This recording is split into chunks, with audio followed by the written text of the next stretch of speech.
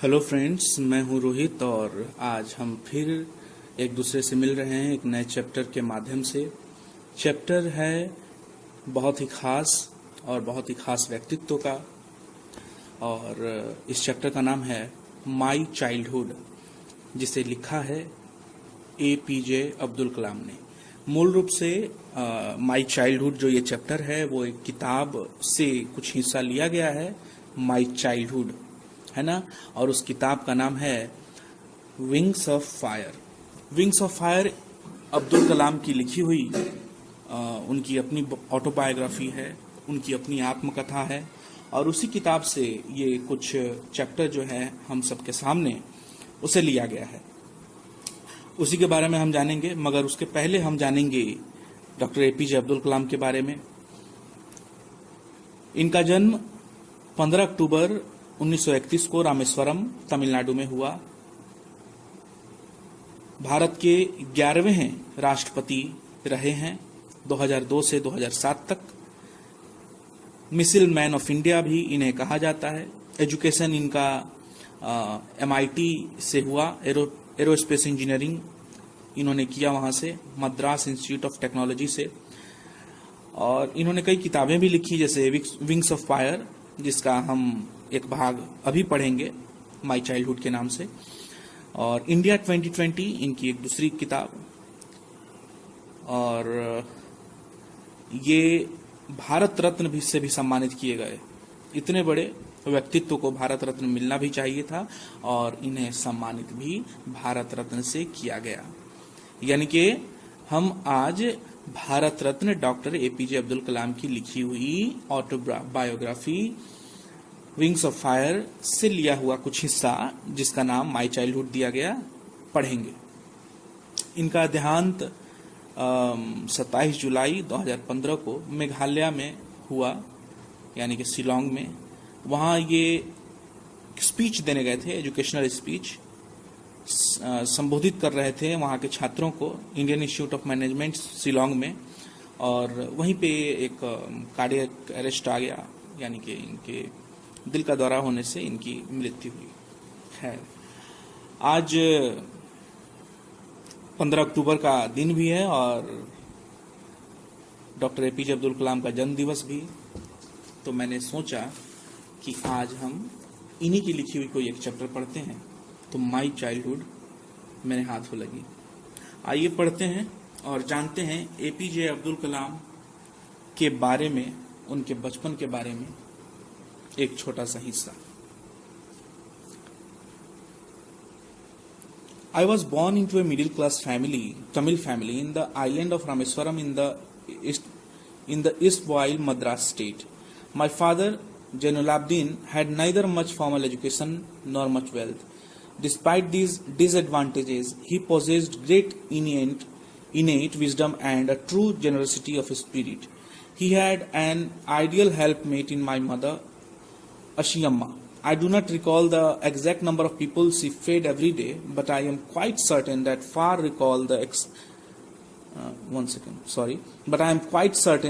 more outsiders ate with us than all members of our own family put together.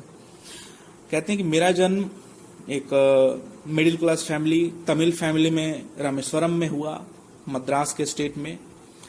और मेरे पिताजी जैनुलाब्दीन थे उनका नाम, और ना ही बहुत ज़्यादा शिक्षित थे और ना ही उनके पास बहुत ज़्यादा धन था।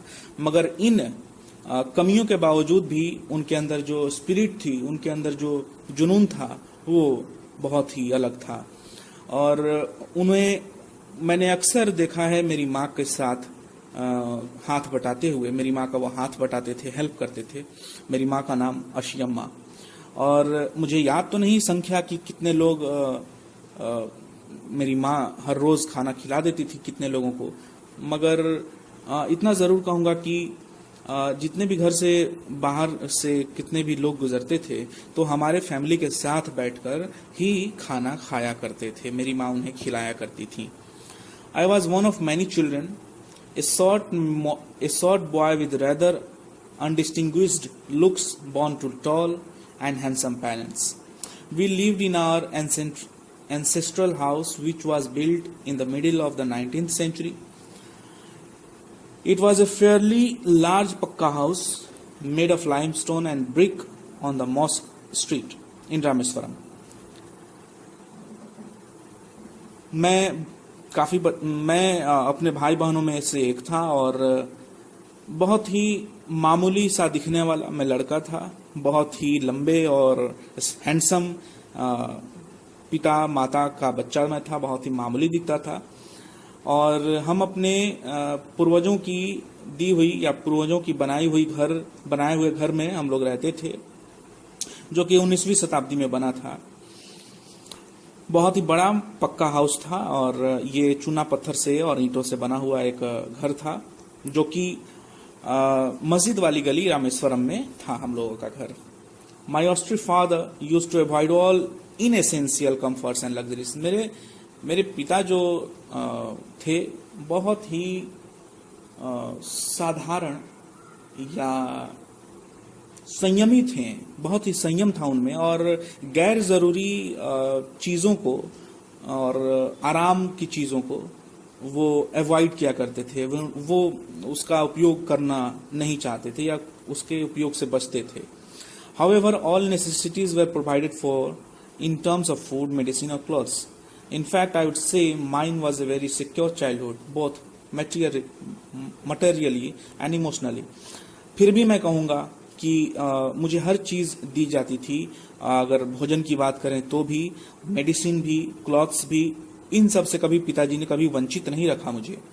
और मेरा जो बचपना था, मेरी जो मतलब चाइल्डहुड थी, वो बहुत ही बढ़िया रही, इमोशनली भी, मटेरियली भी, यानी कि आर्थिक रूप से भी मेरा बचपन बहुत शानदार रहा और इमोशनली भावनात्मक ढंग से भी मेरा बचपन काफी अच्छा रहा। The second world war broke out in 1939 when I was 8 years old. For reasons I have never been able to understand, a sudden demand for tamarind seeds erupted in the market. I used to collect the seeds and sell them to a provision shop on Mosque Street. जब मैं 8 साल का था तो द्वितीय विश्व युद्ध चालू हो गया 1939 ईस्वी में, और मैं इमली के बीजों को इकट्ठा करके एक मस्जिद वाली गली के एक दुकानदार को बेचा करता था। A day's collection would fetch me the princely sum of a anna. और एक दिन के कलेक्शन से मुझे एक आने की कमाई हो जाया करती थी।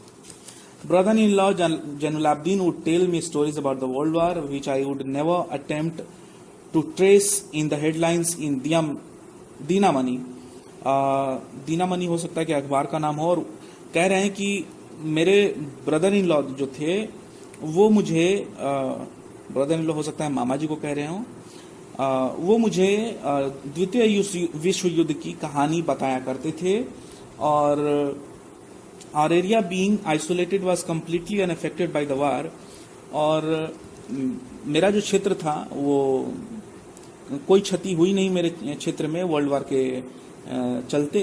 But soon India was forced to join allied forces and something like a state of emergency was declared. और तभी इमरजेंसी जैसा स्थिति पैदा हो गया, इमरजेंसी डिक्लेयर कर दिया गया। The first casualty came in the form of suspension of the train halt at Rameswaram station. और सबसे बड़ी जो त्रासदी थी जो हम लोगों ने झेला था वो है ट्रेनों का आना जाना बंद हो गया रामेश्वरम स्टेशन से। The newspaper now had to be bundled and thrown out from the moving train on the Rameswaram road between Rameswaram and Dhanus Rodi. That forced my cousin Sasuddin, who distributed newspaper in Rameswaram.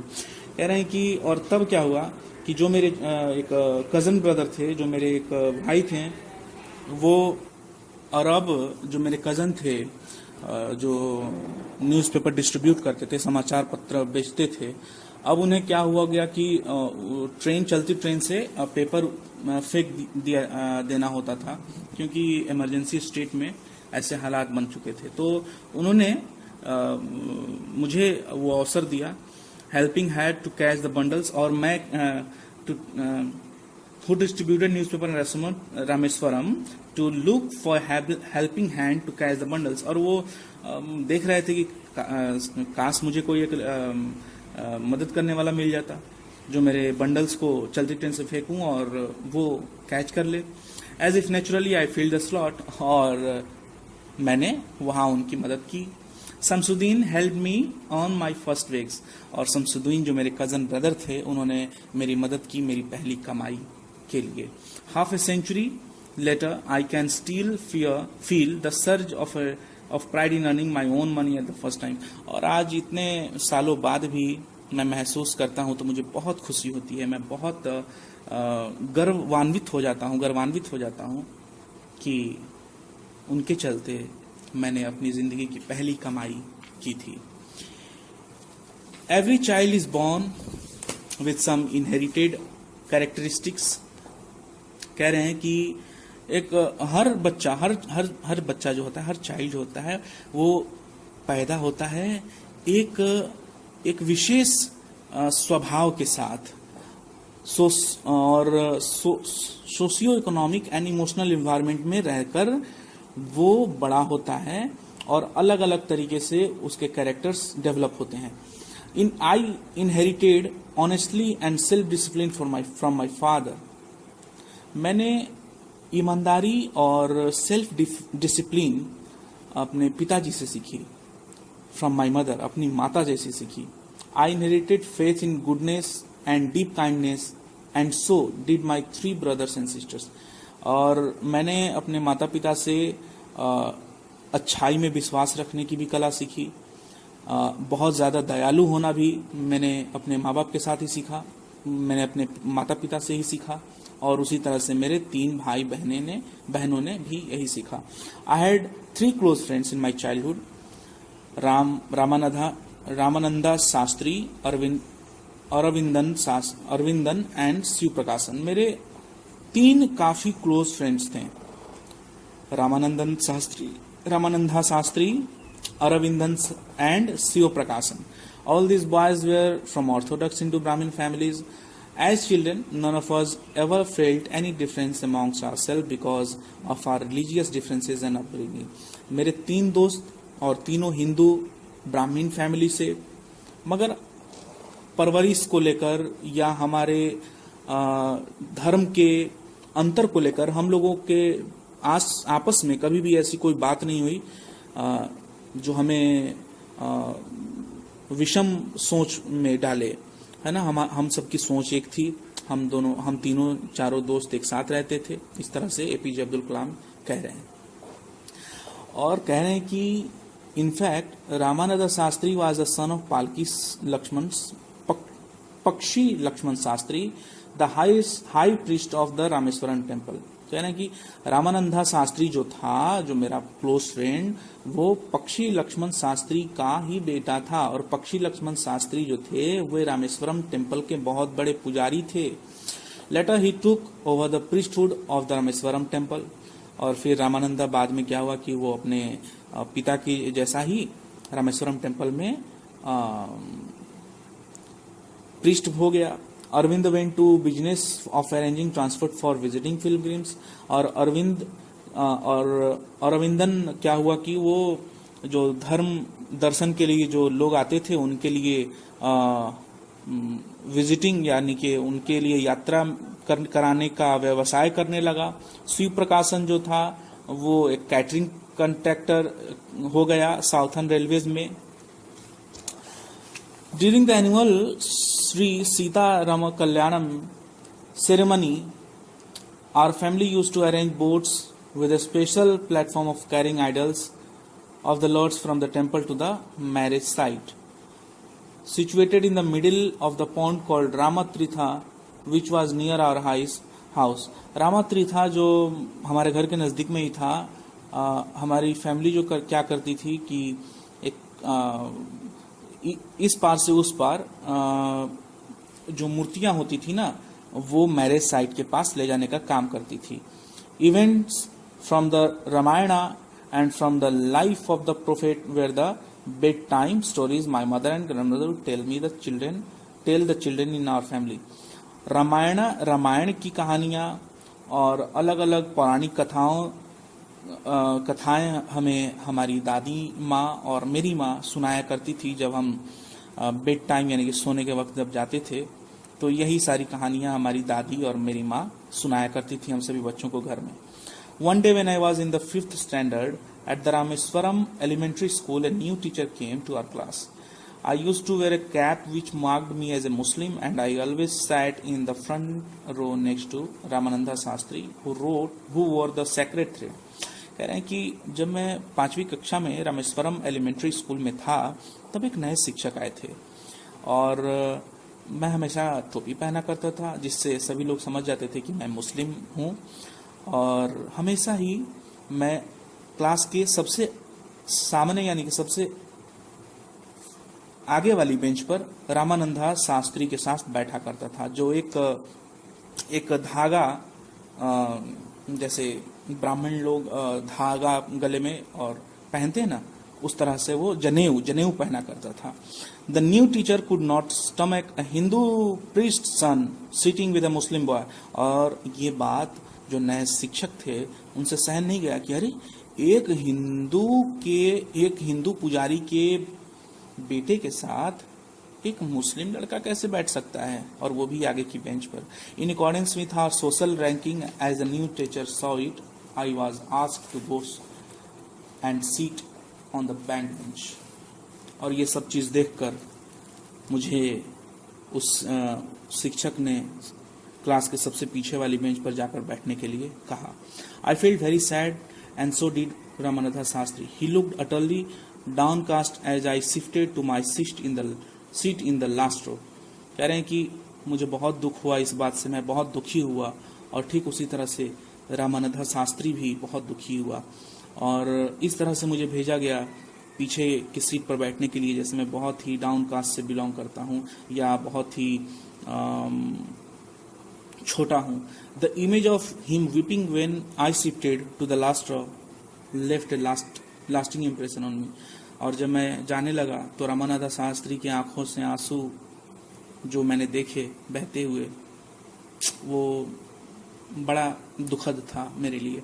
After school we went home and told our respective parents about the incident. Lakshman Shastri summoned the teacher and in our presence told the teacher that he should not spread the poison of social inequality and communal intolerance in the minds of innocent children.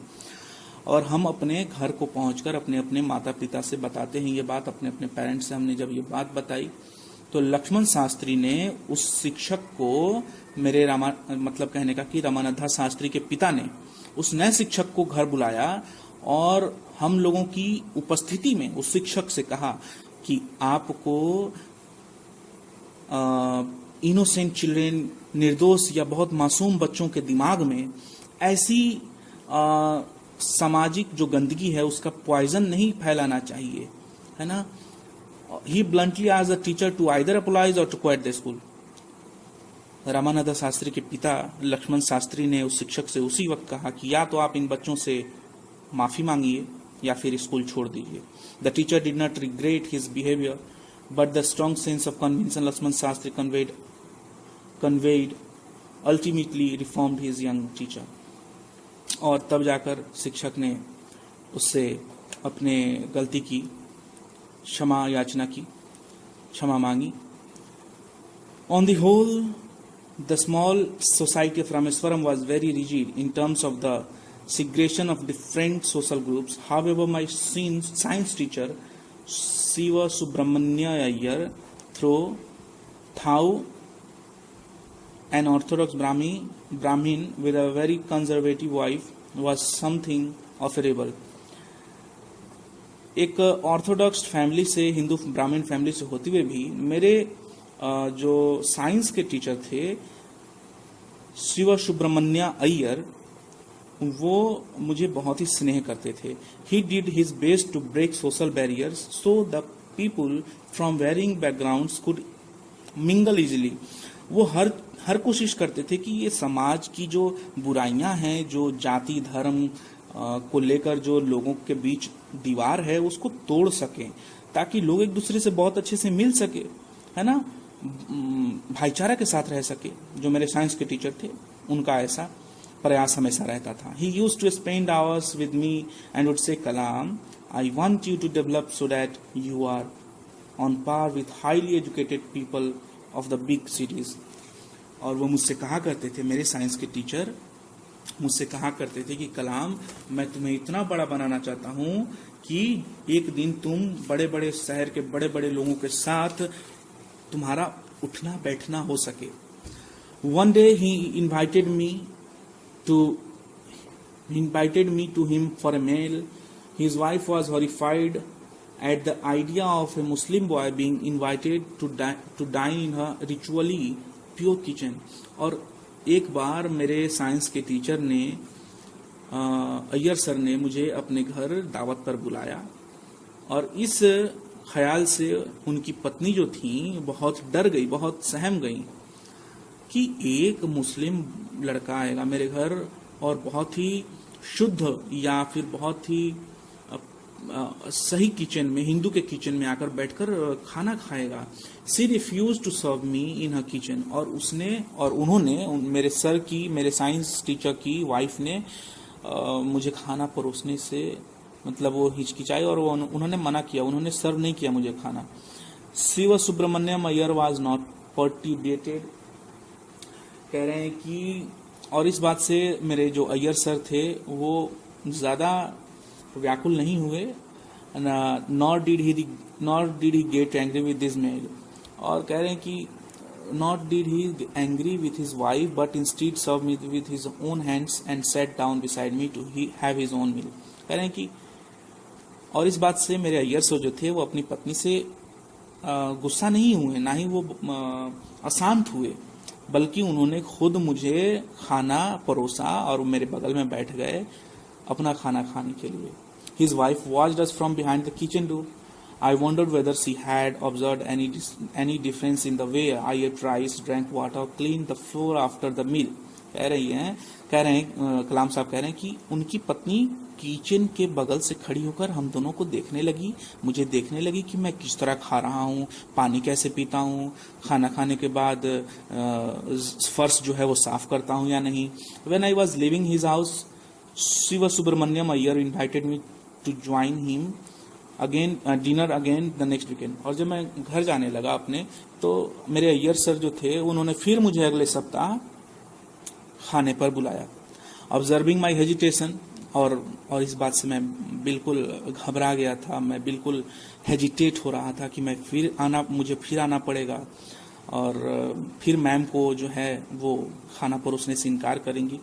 तो उन्होंने मेरा hesitation देखते हुए उन्होंने मुझसे कहा कि एक बार जब तुम समाज की जो सिस्टम्स को जब चेंज करने चलते हो बेटा, तो कुछ प्रॉब्लम्स को तो आना ही होता है. When I visited his house the next week, Subramaniam Iyer's wife took me inside her kitchen and served me food with her own hands.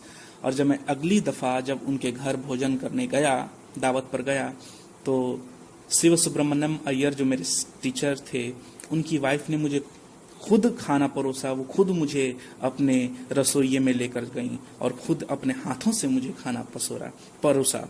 माफ कीजिएगा. Then the Second World War was over and India's freedom was imminent. कह रहे हैं कि और तब तक और फिर उसके बाद सेकेंड वर्ल्ड वॉर समाप्त हुआ, जो घटित होना था वो हो चुका, और Indians will build their own India. और उसके बाद गांधी जी ने डिक्लेयर किया कि भारतीय जो हैं वो अपना भारत खुद बनाएंगे. The whole country was filled with an unprecedented optimism. कह रहे हैं कि पूरा भारत जो है वो एक अभूतपूर्व आशावाद से भर गया. I asked my father for permission to leave Rameswaram to study at the district headquarters in रामानंथपुरम.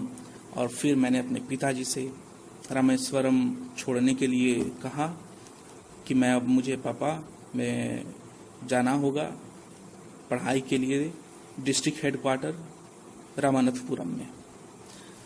इस तरह से ये कहानी रही उनकी बचपन की. और यहाँ चैप्टर समाप्त होता है। ना जाने मैं आप सबको किस तरह से बता पाया, सही बता पाया या नहीं, या उस तरह से बता पाया कि नहीं जिस तरह से बताया जाना चाहिए था। आप अपना कमेंट ज़रूर यूट्यूब पर डालें। अच्छा लगे अगर तो अपने दोस्तों के साथ ज़रूर इस वीडियो को शेयर करें, क्योंकि ज्ञान बांटने से बढ़ता है। इसी तरह से पढ़ते रहें, और कलाम साहब की कोई एक कोट अगर आपको मालूम हो तो ज़रूर कमेंट में उसे टाइप करें, है ना। और कलाम साहब का एक कोट याद आ रहा है कि सपना जो है वो सोते वक्त जो देखा जाए वो सपना नहीं होता है। सपना वो होता है जो इंसान को सोने ना दे। तो ये कोट्स मुझे याद आया। आपको एपीजे अब्दुल कलाम का कौन सा कोट याद है, कमेंट में ज़रूर टाइप करें। बहुत बहुत धन्यवाद। फिर मिलते हैं नेक्स्ट वीडियो में। Hello friends,